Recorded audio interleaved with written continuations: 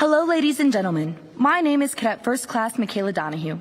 It's my privilege to welcome you to the 29th Annual National Character and Leadership Symposium, and specifically the Class of 1959 Leadership Keynote Lecture.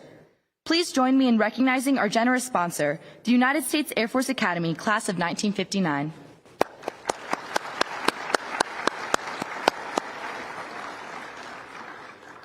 Our honored guest speaker for this morning's session is Robert Woodson Sr. Mr. Woodson is founder and president of the Woodson Center, 1776 Unites, and Voices of Black Mothers United. He is an influential leader on issues of poverty alleviation and empowering disadvantaged communities to become agents of their own uplift. As a civil rights activist in the 1960s, he developed and coordinated national and local community revitalization programs. In the 1970s, he directed the National Urban League's Administration of Justice Division and served as a resident fellow at the American Enterprise Institute. Mr. Woodson is a contributing editor to The Hill, The Washington Examiner, and The Wall Street Journal, and has published in numerous national and local media outlets. His awards and honors include the John D. and Catherine T. MacArthur Genius Fellowship, the 2008 Bradley Prizes, the 2008 Presidential Citizens Medal, the 2018 William Wilberforce Award, the Heritage Foundation's 2020 Salvatore Prize for American Citizenship, and Hillsdale College's 2021 Freedom Leadership Award. Mr. Woodson has authored several books, including The Triumphs of Joseph, How Today's Community Healers Are Reviving Our Streets and Neighborhoods, Lessons from the Least of These, The Woodson Principles, and the newly released #1 bestseller, Red, White, and Black, Rescuing American History from Revisionists and Race Hustlers.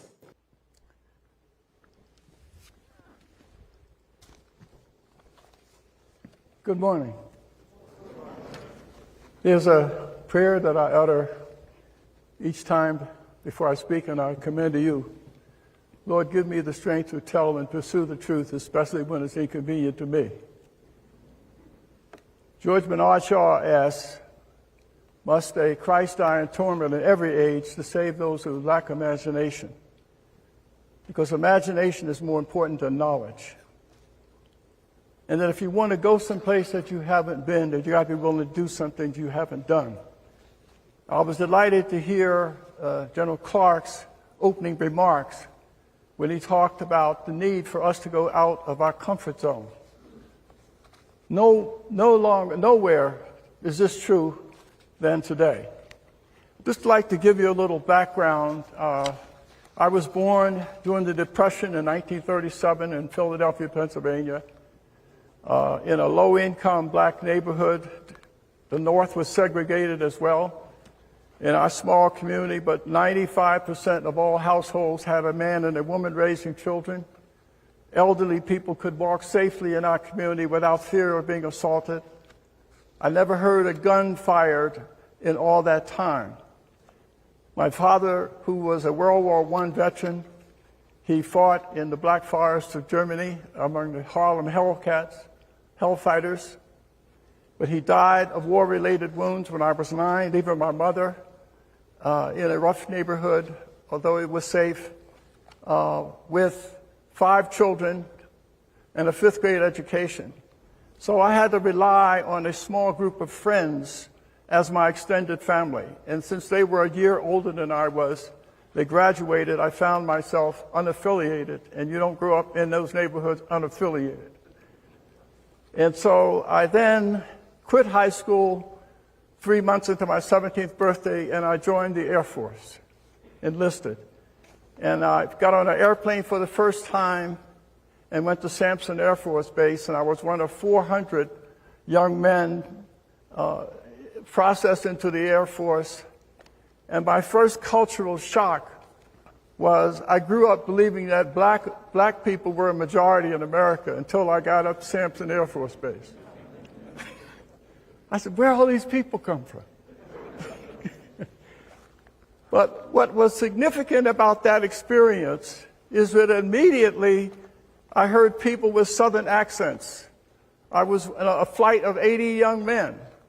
There were just 8 of us who were black, but they were from the South. One young man was German. He said he was a member of Hitler Youth. Another Jewish whose parents perished in the Holocaust.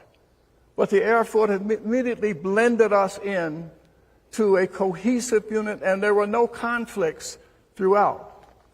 And then I was tested and gained some, accepted into Airborne Electronics School at Keesler Field. And I got on the plane, got off in the middle of segregation in Biloxi, Mississippi. My young friend John Hornak, who was Polish, and I said, well, let's go into town and have a beer. So we got in a cab, and when the cab driver got outside the base, he said, I can take you, I can take him, but I can't take both of you because of segregation. And so John and I realized that we no longer could associate with one another except on the base. But again, 30,000 GIs on the base, no conflicts. We just knew that we had to restrict our socialization to the base.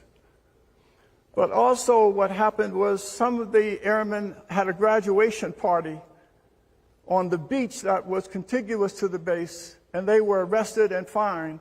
And General Woods ordered the town of Biloxi to return their money and drop the charges. When they refused, he put the whole town off limits during the Christmas holiday and stationed air police along every block. And within 5 days, the town capitulated. Not only did they return the fines and drop the charges, but they also desegregated the beach. And it was the first facility ever desegregated in the South because of the actions. So my experience in the Air Force at that time as a young man, but then problems started when I was stationed in Florida. I was at Patrick Air Force Base, and I was in the space program, airborne missile tracking systems. And I was confronted. Remember now, the Air Force, the military had been desegregated for no more than 7 years prior. But a lot of those problems that were visited upon us in Mississippi and others found its way on the base. And so I was immediately confronted with mostly non-commissioned officers who were responsible for supervising me. Because I was black and on flying status, there was an issue there.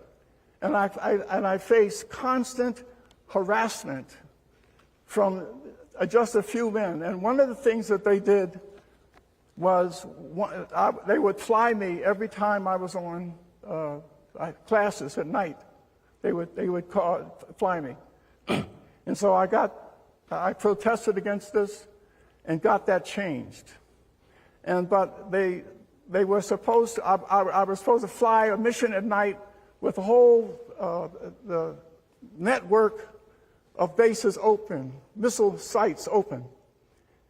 You're supposed to check out equipment on your plane, sign the manifest, or it was a court-martial offense. But usually you didn't check it underneath because it was a court-martial offense. So I got on the plane, just a pilot, co-pilot, myself, flying at night, and they said, we're not receiving your user signal. What happened was I looked under the floorboard, it was missing. In other words, I set me up, and as a consequence, I was reduced in rank twice. They rescinded my promotion and then reduced my rank. So there were constant incidents like this. But some of these challenges that I faced was also offset with the fact that there are always some white officers and white enlisted men who helped in us to make it through these barriers. Excuse me.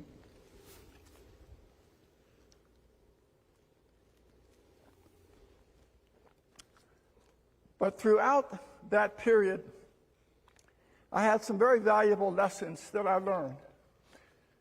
That you can never define your circumstance by thinking outside. Another experience that I had when I was 18 years old, and I came home from the Air Force on leave, and I spent my car fare, my train fare back. And so my mother, I said, I need car fare back. She said, you have to get back the best way you can. So I hitchhiked for 3 days. It's a valuable lesson. The point is that sometimes the barriers that we face in life are defined by external, and others are of our own making, but our response to it should be the same. The problem that we are faced with today is that there are people telling us, young people, that who you are is determined by your external circumstance and not your response to it. Pastor Swindell said, "I'm convinced that life is 10% of what happens to me and 90% of how I react to it. We are in charge of our attitudes. It is more important than the past, than education, than circumstances, than failure, than success, than other people think, say, or do. It is more important than appearance, giftedness, or skills. Your reaction to who you are, 10% is your external, whether it's an abusive relationship, family, racism, but 90% is defined by your reaction to it. But unfortunately, what we're doing today to our young people, we're telling them that their faith is always in the hands of those who don't like you or hostile to you. And that America, we're asking young people to face dangers and be our warriors. But they're being falsely told that America is, because of its racial past, that many of the conditions, particularly facing Black America, is the legacy of slavery and Jim Crow, and that America is incurably racist, and whites are beneficiaries of that system, and blacks are its victims. How can we ask people to become warriors if we're telling them that the nation that they are asked to defend is incurably racist? And so what we did at the Woodson Center, we challenged this notion with facts. America should nobody, individual or country, should be defined by its birth defect or of slavery and discrimination. And so what we have done is we realized that your attitude is determined by your response to it. In America, as we look back at the people who have come before us, Frederick Douglass said that when he was in slavery, that the worst time in a slave's life was at Christmas, because the slave master permitted them to define freedom as self-indulgence. So he gave slaves rum and then had this competitive contest between slaves to see who was going to drink the most, because they wanted slaves to define freedom as self-indulgence. But Frederick Douglass said that some opposed that. And personally, he said some reacted to it by indulging in it, but there were others who responded by hiring themselves out. There are others who visited family. There are others who turned away. So it is never our external circumstance that defines who we are. It is what our reaction to it. And so to counter this notion that the conditions facing Black America today is determined because of racial discrimination, we went back and looked at examples from the past of people who refused, as Frederick Douglass said, they refused to accept the fact that they are a slave. He says, "I am a man who is a slave instead of a slave who is a man." And so we have found in our research evidence of how other blacks have responded. For instance, in Sumter, South Carolina, a man by the name of Robert Smalls was born a slave, and he was working on a supply ship, and with 6 of his slave people. One Friday night, the boss left, and he commandeered the ship and took with his slave partners. He put on the master's hat and his coat, and he maneuvered that ship past 5 Southern garrisons, and he turned the ship over to the Union Navy. He was celebrated, and as a consequence, he was a hero, and because of his experience, Robert Smalls was granted $1,500, and it enabled Lincoln to let blacks fight in the Civil War. Well, Robert Smalls was then placed back on that ship, and Robert Smalls was turned into a warship. And the captain of the ship saw a certain defeat and started to surrender to the Southern Navy. But Robert Smalls mutinied and took charge because he knew if they were captured, that they would all be annihilated. But Robert Smalls took over command of that ship and actually defeated the Southern Navy. And as a consequence of his heroic act, Robert Smalls became the first black commissioned officer in the Union Navy. Well, after the war was over, he became a very successful and wealthy businessman. He also served in the Congress doing Reconstruction. He went back and purchased a plantation on which he was a slave and took in the mother and the destitute children of the slave master. And because she was delusional, allowed her to stay in her own master bedroom. Robert Smalls committed an act of radical grace. In Robert Smalls, they named a training school, naval training school for Robert Smalls. And so here again, but there will not be a commissioned officer in the Navy for several decades. Another example of achieving against the odds. In 1943, there were no black naval officers. Eleanor Roosevelt persuaded her husband to compel the Navy to train them. So the Navy selected 16 college-educated men, but they were going to give them in 8 weeks what they would give white cadets in 16 weeks. Well, when these men found out what the game was, they did not protest because they realized that the best response to disrespect is performance. So they put blankets up to their windows in their barracks and stayed up all night and studied. And when they were tested, they scored in the 90th percentile. And when the Navy said, oh, they cheated, so they took them individually to different rooms, retested them. They scored the second time in the 93rd percentile. And reluctantly, they did commission 13 of them. They were known as the Golden 13. I met one of them who was a retired Rear Admiral. Today, those test scores still stand as the highest ever achieved by anybody in the military. And that school was named for Robert Smalls. There are endless other examples of people who have achieved against the odds. And that's why what we're doing at the Woodson Center is to say to the nation and to the country that one of the most lethal things you can say to young people is give them a convenient reason to fail.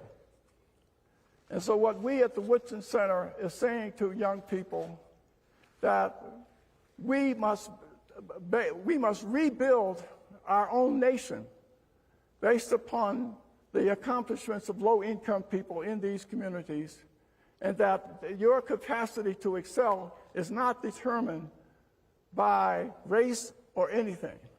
America is being vilified, is being torn apart because of we're giving this false message to young people that they must achieve. What we have done at the Woodson Center is that you can learn nothing from studying failure, that we must study the success. So we have established a Center for the Study of Resilience. So we're going into low-income communities throughout the nation. And rather than going into places, 70% of the households that are raising children are dysfunctional, we go into the 30% that are achieving, because you can learn more about studying success,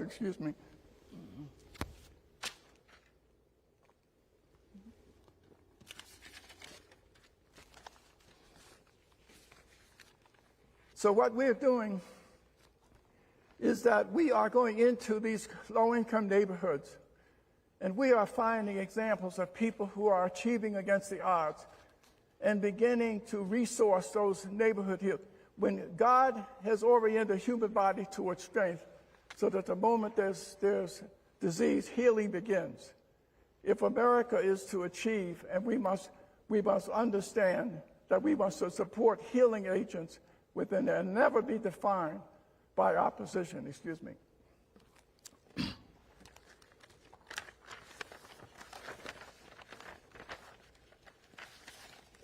And so what we are doing at the Woodson Center is that we have published a series of essays that highlights people in these neighborhoods who are achieving, and that America must look to these healing agents for a source of renewal. We must take race off the table, ladies and gentlemen, because the critical problems facing us have nothing to do with race. It is a moral and spiritual freefall that is consuming our children because they have a lack of confidence in the content of their life. The highest death rate among children in Appalachia, among low-income whites, is prescription drugs. The highest level of death among our young people in urban communities is homicide. In Silicon Valley, where the average household has two parents with a median income of $180,000 with master's degrees, the suicide rate among teenagers is 6 times the national average. 6 times. Telling a mother in Silicon Valley that she is a beneficiary of privilege does nothing to heal her heart from the death of her daughter. Telling a black mother in a public housing development who lost her 17-year-old daughter to homicide that she is a victim of injustice does nothing to help her. And telling a low-income mother in Appalachia who lost her daughter to overdose and drugs that her problem is privilege does nothing to heal that. And so it is important for us to set race aside and come together as we are doing. We are bringing people from each of these sectors together to share strategies for helping young people to achieve a greater sense of content and meaning. If you do not value your life, if you're being told that life has no meaning or content, then you'll either take it your own or take someone else's. They're different sides of the same coin. And so it's important for us to learn how do we begin to fill that empty hole that is in the hearts of our children that's causing them to take their own life or take the lives of others. That's what's going to consume this nation. But we'll never be able to do that if we have to look at each other suspiciously through the prism of race. And this is a moral and spiritual fight that we're in, and therefore it takes a moral and spiritual solution to address that fight. And we can find solutions where we least expect it. If a person has suffered the loss of a child and has overcome that, then though they are the experts at healing. And so, but in order for us to learn what are the properties of resilience, we will not find them by asking a psychiatrist or professionals. We must go into the actual experiences of those who recovered from these illnesses, and find out what is the source of that strength. And so we believe that the nation's crisis is not racial, but it's moral and spiritual in nature, and that if America is to rebound, that we must instill in our young people not the horrors of our past, or should we permit America to be defined by its birth defect of slavery. None of us should be defined by the worst that we used to be, but we should be defined by what we can become. Our future is in our own hands, and we must take charge of that. But we can't do that if we're at each other, and our differences is what we emphasize. And so, with that, I'd like to take whatever questions you may have.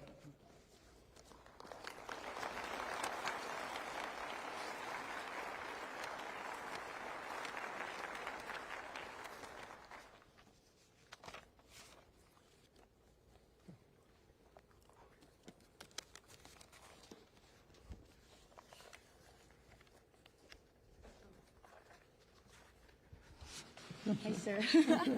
Oh, no worries at all. Sorry.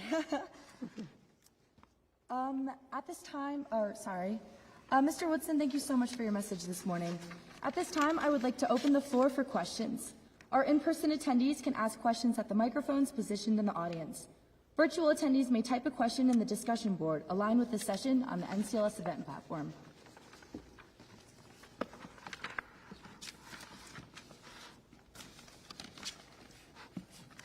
One of the, yes, I'm sorry.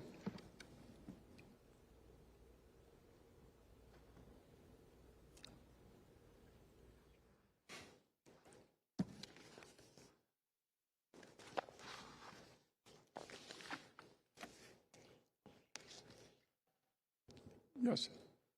All right. Hi, sir. Cadet Second Class Stephen from Cadet Squadron 7. You were talking a lot about how we shouldn't be defined by our birth defects as a nation and society. I was curious about your opinion on kind of the remnants of those birth defects that we still see, things like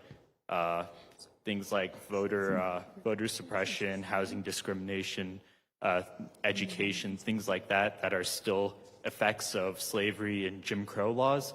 I was curious what your stance on that was, because don't you kind of have to acknowledge after a while that these are still things we have to grapple with, even though the causes and the birth defects are long gone? Sir, he asked birth defects, what remnants are still alive, like in schooling and education, and what do we see, like through Jim Crow laws and slavery, how do we still see those remnants today? How do we keep the remnants alive? How do we still see those remnants today? The first thing that we need to do today is there's too much emphasis on doing failure studies. You can learn nothing by studying failure except how to create it. Instead of going in and asking how many people are raising children that are dropping out of school or in jail on drugs, we need to go into some of these places and ask the opposite question of why 30% in there are raising children that are not. The real experts are those who have achieved in the face of opposition or in toxic neighborhoods or in toxic places. How resilience is what we've been. There's no one left or right of center that ever studies resilience. You can learn from people who have suffered unspeakable horrors or challenges in their life. We never find out what are the ingredients that causes them to achieve in the face of that opposition or in the presence of it. And so what we do at the Woodson Center is that the real experts are not those who study what people do, but the people who are in those communities are actually witnesses to the process of redemption and transformation. But you've got to believe something in order to expect it from people. And right now, everything that is done for people that are in distress is parachuted in from outside by well-meaning but misdirected intervention. But we're unwilling to learn from the people inside. In other words, I believe that the principles in our market economy should apply to the social economy. In our market economy, only 3% of the people are entrepreneurs, but they tend to generate 70% of the jobs. So most of the innovation that occurs abides among a small group of people. But in our market economy, we expect that. But in our social economy, we never ask people suffering the problem, what are the solutions that they have devised that enable them to be. So That's what we must do. We must look to other places for the answers to some of the problems and challenges that we face. But the biggest problem isn't racism, it's elitism. Because people in a market economy, studies of entrepreneurs, they tend to be C students, not A students. A students come back and teach at university, C students endow. Because smart people have to have all the answers before they act, and when they act, the opportunity's gone. In fact, Alabama's first black millionaire, A.D. Gaston, he died at 96. He had a 6th grade education. He said it's better to say I is rich than I am poor.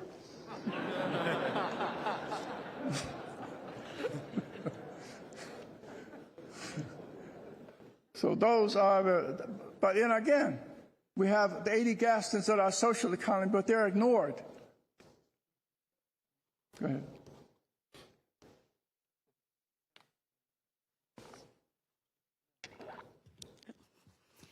So my name is Shirley Martinez. I'm the Equity, Diversity, and Inclusion Director for the Pikes Peak Library District. Some of the things that we're trying to teach are exactly what you're talking about, is that you don't forget the history, but there should be a way that you bring that history to our kids, to other adults, to have courageous conversations, but to move beyond. How do we, as those that are doing that work that you're talking about, align with you at the Woodson Center, bringing it to, bringing it to the library and having those concepts? She works with the library, and she was wondering how history, how we bring that to students, but still move forward, and how she can work along with the Woodson Center. Thank you for your question. What we tried to do at the Woodson Center is that we think that, as General Clark said, we must have competitive ideas. We should not be unwilling to encourage opposition and debate. Right now, there's no such thing as debate. We don't have education, we have indoctrination. Education teaches you how to think. Indoctrination tells you what to think. And that's what we're doing with a lot of our children. And so I really think what we're trying to do, we offer an alternative curriculum called 1776. And in it, it doesn't deny slavery or discrimination, but we don't define America as by deficits. I call people crucifixionists. All they want to do is look at life through the lens of crucifixion. The story was resurrection. And so in our curriculum, we have stories of people who have triumphed against the odds. We have endless examples of people who, when there were 20 blacks who were born slaves who died millionaires. Some of them went back and purchased a plantation on which they were slaves. It is important for our young people to know how people achieved under terrible circumstances. For instance, we talk about a lack of economic parity. Well, in our studies in Chicago in 1929, when blacks were denied access to capital, they went to their own Churchill burial societies and borrowed money to start 731 black-owned businesses that, when they were denied, they were redlined. They had $100 million in real estate assets, and they had an out-of-wedlock birth under 10%. In every major city, during segregation, when racism was enshrined in law, blacks didn't respond by whining and complaining, but instead they practiced resilience and perseverance in the presence of opposition. And so it is important in our curriculum for all children to know that America is a country of promise. America is a country of redemption. America is a country that is on the road to fulfilling and becoming a more perfect union. Well, our young people need to know that. They need to see evidence of how we achieve. You got people taking 5-year-olds and dropping them off at the southern border. People risking their lives to get here to enjoy the kind of freedoms and prosperity that we have in this country. Well, our children we must teach them the good, the bad, and the ugly. But right now, the good is not taught. And so it is important for us to answer your question, to tell accurate history, not revisionist history. That America is defined not, again, by its birth defect, but by its promise. We have a young lady right here. I was telling General Clark that I wanted to meet Camilla Bradley. She was born under some of the worst conditions in Denver you can imagine. She was homeless a good part of her life. She moved 9 times when she was in high school, but she connected to Colorado Uplift, a faith-based mentoring program, and she said she decided wherever she was going to move, she wanted to stay so she could continue to enjoy the relationship of this Christian mentor. Well, Camilla Bradley one day, the program took on a helicopter ride over Denver when she was 15. She was so thrilled and inspired by that experience that she decided that she wanted to be a pilot.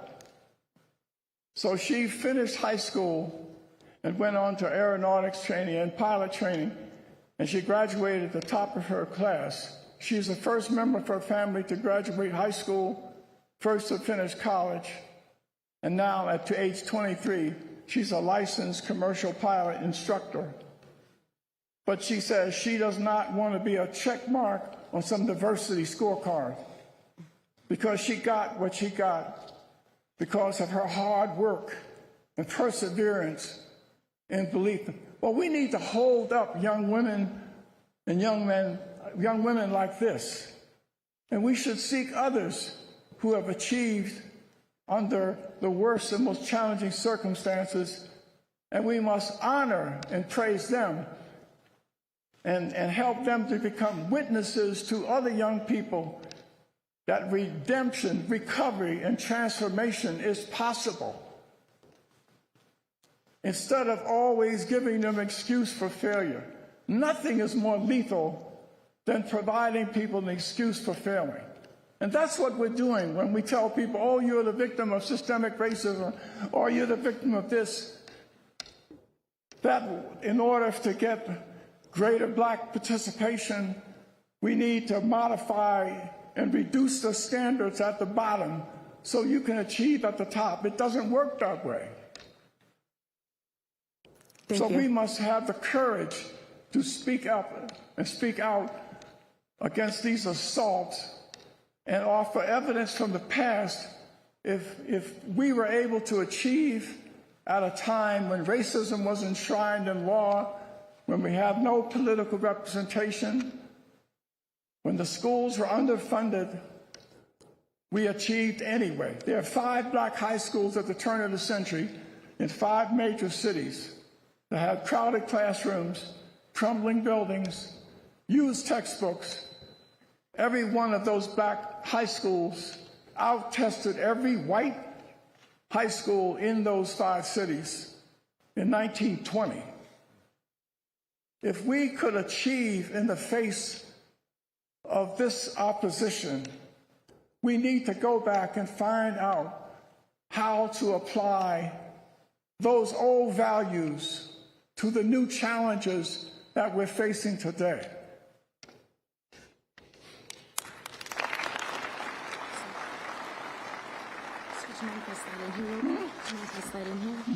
Unfortunately, we're out of time, so there will be no more questions. Okay. All right. Mr. Woodson, thank you again for your time today. We value your expertise and perspectives, which have enriched our view of ethics and respect for human dignity. On behalf of our 2022 NCLS participants, the Cadet Wing, and the faculty and staff of the Air Force Academy, we would like to present you with a small token of our appreciation. Wonderful. Of course. And then to take it.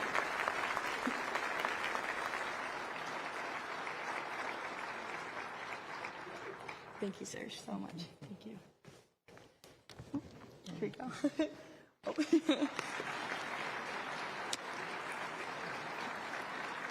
This concludes our session. We would appreciate audience feedback at our testimonial booth on the south side of the Arnold Hall foyer. Also, at the end of your NCLS experience, we invite you to take the cumulative survey of the event on the event app or via the link sent in email after NCLS closes. Thank you and have a great NCLS day.